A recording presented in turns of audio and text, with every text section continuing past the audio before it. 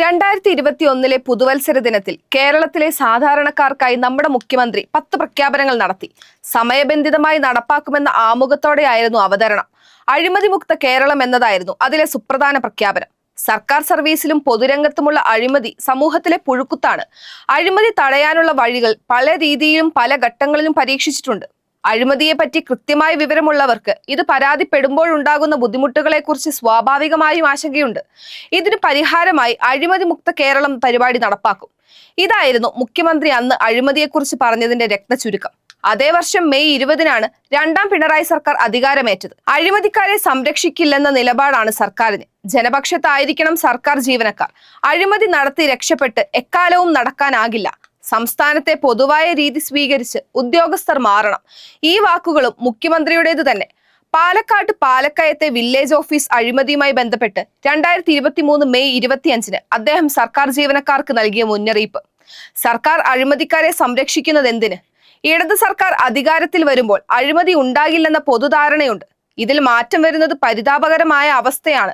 ഇതാകട്ടെ കേരള ഹൈക്കോടതിയുടെ പരാമർശമാണ്. കഴിഞ്ഞ ദിവസം, അതായത് 2025 നവംബർ 17-ന് കശുവണ്ടി വികസന കോർപ്പറേഷൻ അഴിമതിയുമായി ബന്ധപ്പെട്ട് ഉപഹർജി പരിഗണിക്കവെയായിരുന്നു ജസ്റ്റിസ് ബദറുദ്ദീന്റെ വിമർശനം. നിയമത്തെ അംഗീകരിക്കുന്ന നിലപാടാണ് സർക്കാരിൽ നിന്നുണ്ടാകേണ്ടതെന്നും അഴിമതിക്കാരെ സർക്കാർ സംരക്ഷിക്കുകയാണെന്ന് ഉത്തരവിൽ എഴുതേണ്ടി വരുമെന്നും കൂടി കോടതി പറഞ്ഞു. മേൽപ്പറഞ്ഞ 3 പ്രസ്താവനകളും ചേർത്ത് വെക്കുമ്പോൾ കിട്ടുന്നതാണ് നമ്മുടെ സർക്കാർ തലത്തിലെ അഴിമതിയുടെ നേർചിത്രം. അഴിമതി മുക്ത കേരളം നടപ്പാക്കുമെന്ന പ്രഖ്യാപനത്തിൽ ഭരണാധികാരിയുടെ നിശ്ചയദാർഢ്യത്തിന്റെ സ്വരമുണ്ട് എന്നത് സത്യം. എന്നാൽ 2 വർഷത്തിന് ശേഷമുള്ള മുന്നറിയിപ്പിൽ പരാജയപ്പെടുന്ന അധികാരിയുടെ ഇടർച്ചയാണ് അനുഭവപ്പെടുന്നത്. ഹൈക്കോടതിയുടെ പരാമർശമാകട്ടെ ഈ നാട്ടിലെ ഏത് സാധാരണക്കാരന്റെയും ഉള്ളിലുള്ളതും. അഴിമതിക്കെതിരെ പറയാത്ത രാഷ്ട്രീയക്കാരോ ഭരണാധികാരികളോ ഭരണഘടനാ സ്ഥാപനങ്ങളോ കോടതികളോ പണ്ഡിതരോ സാമൂഹിക ശാസ്ത്രജ്ഞരോ ഇല്ല. അഴിമതി ഇല്ലാതാക്കാൻ ഇവിടെ കാക്കത്തൊള്ളായിരം നിയമങ്ങളുണ്ട്. അവ നടപ്പാക്കാൻ നിരവധി നിയമ സംവിധാനങ്ങളുണ്ട്. വിജിലൻസ്, ഓംബുഡ്സ്മാൻ, ലോകായുക്ത, കമ്മീഷനുകൾ എന്നിങ്ങനെ. എന്നിട്ടും അഴിമതിക്ക് ഒരു കുറവുമില്ല. അഴിമതി ആഗോള സംഭവമാണെന്ന് പറഞ്ഞ് കൈകഴുകിയ ഭരണാധികാരികൾ പോലും ഉണ്ടായിരുന്നു. ഒന്നാം പിണറായി സർക്കാരിന്റെ കാലത്ത് രജിസ്റ്റർ ചെയ്തത് 665 അഴിമതി കേസുകളാണ്. തദ്ദേശ സ്വയംഭരണ വകുപ്പായിരുന്നു മുൻപിൽ, 97. റവന്യൂ വകുപ്പ് 91, സഹകരണം 57, ധനകാര്യം 52, ഭക്ഷ്യ പൊതുവിതരണം 40, പോലീസ് 36, വിദ്യാഭ്യാസം 31, ആരോഗ്യം 26, പൊതുമരാമത്ത് മോട്ടോർ വകുപ്പ് 19 എന്നിങ്ങനെയാണ് കണക്ക്. ഇതിൽ 361 കേസുകളിൽ അന്വേഷണം പൂർത്തിയായെന്നും 304 എണ്ണത്തിൽ അന്വേഷണം നടക്കുന്നുവെന്നുമാണ് മുഖ്യമന്ത്രി പിണറായി വിജയൻ തന്നെ നിയമസഭയിൽ ചോദ്യോത്തര വേളയിൽ അറിയിച്ചത്. രണ്ടാം പിണറായി സർക്കാരിന്റെ കാലത്ത് വിജിലൻസ് 427 അഴിമതി കേസുകൾ രജിസ്റ്റർ ചെയ്തിട്ടുണ്ടെന്നാണ് ഒരു കണക്ക്. 95 കേസുകൾ തദ്ദേശ ഭരണ വകുപ്പിൽ തന്നെ. റവന്യൂ വകുപ്പിൽ 76, സഹകരണ വകുപ്പിൽ 37, പോലീസ് വകുപ്പിൽ 22, പൊതുമരാമത്ത് വകുപ്പിലും ആരോഗ്യ വകുപ്പിലും 19 വീതം എന്നിങ്ങനെ പോകുന്നു കണക്ക്. അന്വേഷണം നടത്തിയതിൽ എത്ര പേർ ശിക്ഷിക്കപ്പെട്ടു എന്നതിന് കൃത്യമായ കണക്കുണ്ടോ എന്നറിയില്ല. ആദ്യത്തെ ചില ബഹളങ്ങൾക്ക് ശേഷം കേസുകൾ മാഞ്ഞു പോകുന്നത് പതിവ് കാഴ്ചയാണ്. അഴിമതി കേസുകളിൽ പിടിക്കപ്പെടുന്ന ഉദ്യോഗസ്ഥരിൽ ഭൂരിഭാഗവും 6 മാസത്തിനുള്ളിൽ സർക്കാർ സർവീസിൽ തിരികെ എത്താറുണ്ട്. ഭരണത്തിലെ സ്വാധീനമാണ് ഇതിനിവരെ സഹായിക്കുന്നത്.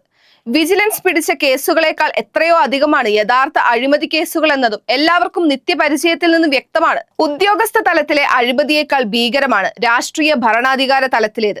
മഞ്ഞുമലയുടെ ചെറിയൊരു അംശം മാത്രമാണ് വല്ലപ്പോഴും പുറത്തു വരുന്നത്. അത് തന്നെ പലതരം സ്വാധീനങ്ങളാൽ കാലക്രമേണ അപ്രത്യക്ഷമാകുകയും ചെയ്യുന്നു. വിരലിൽ എണ്ണാവുന്ന ഉന്നത രാഷ്ട്രീയ നേതാക്കളെ അഴിമതിയുടെ പേരിൽ ശിക്ഷിക്കപ്പെട്ടിട്ടുള്ളൂ. അത് തന്നെ അവർ പ്രതിപക്ഷത്തായിരിക്കുമ്പോൾ മാത്രം. ചുരുക്കത്തിൽ, ഒരു വശത്ത് മുഖ്യമന്ത്രിയുടെ പ്രഖ്യാപനങ്ങളും മുന്നറിയിപ്പുകളും കോടതി നിരീക്ഷണങ്ങളും ഉത്തരവുകളും പ്രവഹിക്കുമ്പോൾ മറുവശത്ത് അഴിമതിയും നിർബാധം നടക്കുന്നു. സ്വന്തക്കാർ ചെയ്യുന്നതൊന്നും അഴിമതിയല്ല, എതിരാളികൾ ചെയ്യുന്നത് മാത്രമാണ് അഴിമതി എന്നാണ് പൊതുവെ നമ്മുടെ സമൂഹത്തിലെ മനോഭാവം. അതനുസരിച്ചുള്ള ന്യായീകരണങ്ങളും വ്യാഖ്യാനങ്ങളും ക്യാപ്സ്യൂളുകളും ഒഴുകിക്കൊണ്ടേയിരിക്കും. ഒറ്റതിരിഞ്ഞ ചില കോടതി വിധികളിലും കൂട്ടം തെറ്റിയ ചില ഭരണാധികാരികളുടെ ധീരമായ ഇടപെടലുകളിലും മാത്രം ആശ്വാസം കൊള്ളാനാണ് സാധാരണ ജനങ്ങളുടെ വിധി. 500 കൊടുത്താലും വേണ്ടില്ല, കാര്യം വേഗം നടക്കണമെന്ന മനോഭാവമുള്ള സമൂഹത്തിൽ നിന്ന് അഴിമതി പൂർണ്ണമായും തുടച്ചു നീക്കാനാകുമോ എന്ന ചോദ്യവും പ്രസക്തമാണ്. മനോഭാവത്തിലെ മാറ്റവും ഇച്ഛാശക്തിയുള്ള ഭരണകൂടവും മൂല്യബോധമുള്ള ഭരണ സംവിധാനങ്ങളും വന്നേ തീരൂ. അതിനായി നിരന്തരം ശബ്ദമുയർത്തി പ്രതിരോധിച്ചുകൊണ്ടിരിക്കുകയാണ് നമ്മുടെ കർത്തവ്യം. അതിലേക്കുള്ള ഇന്ധനമാകട്ടെ ഇത്തരം കോടതി പരാമർശങ്ങൾ. കൈക്കൂലി വാങ്ങരുത്, അത് വിജ്ഞനെ അന്ധനാക്കുകയും നീതിമാനെ കള്ളം പറയാൻ പ്രേരിപ്പിക്കുകയും ചെയ്യുന്നു എന്ന വചനത്തിന് ഒരു കാലത്തും പ്രസക്തി നഷ്ടപ്പെടുന്നില്ല.